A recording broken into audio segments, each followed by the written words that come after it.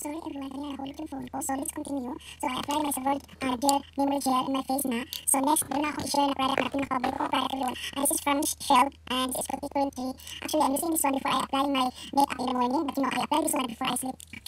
Dahil talaga when I wake up in the morning talaga makikita ko talaga yung face ko. Talaga, it look talaga glowy but you know, usually talaga, this product talagang amazing. You know? And I will post the descriptions of all the product na ginagamit ko. The link kung saan nyo mabibili. Actually, you can buy this online. No? Kung makikita niya everyone. And then, when I wake up in the morning, everyone, talagang makikita ko talaga yung very clear, ang ganda ng skin ko. At saka, nawala yung mga kong pores sa mukha. No? Talagang, it's really perfect and I love it. No? And yeah, this is my nighttime beauty routine. And I'm using my favorite for now, ito ginagamit ko. At nagustuhan ko, Labo. And then for my skin, peeling, I'm using this Mitch. And I'm not using a strong chemical astringent for my face. So, I'm using this one. No? So, in a sachet.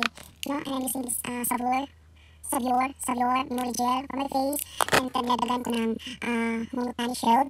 Actually, this is pretty diba? Talagang gagawin ko siya at night dahil ang ganda talaga ng result nito at night. And then I just spray my face this Cara Biomix Double Layered or Balance with everyone. So maganda ko for my face.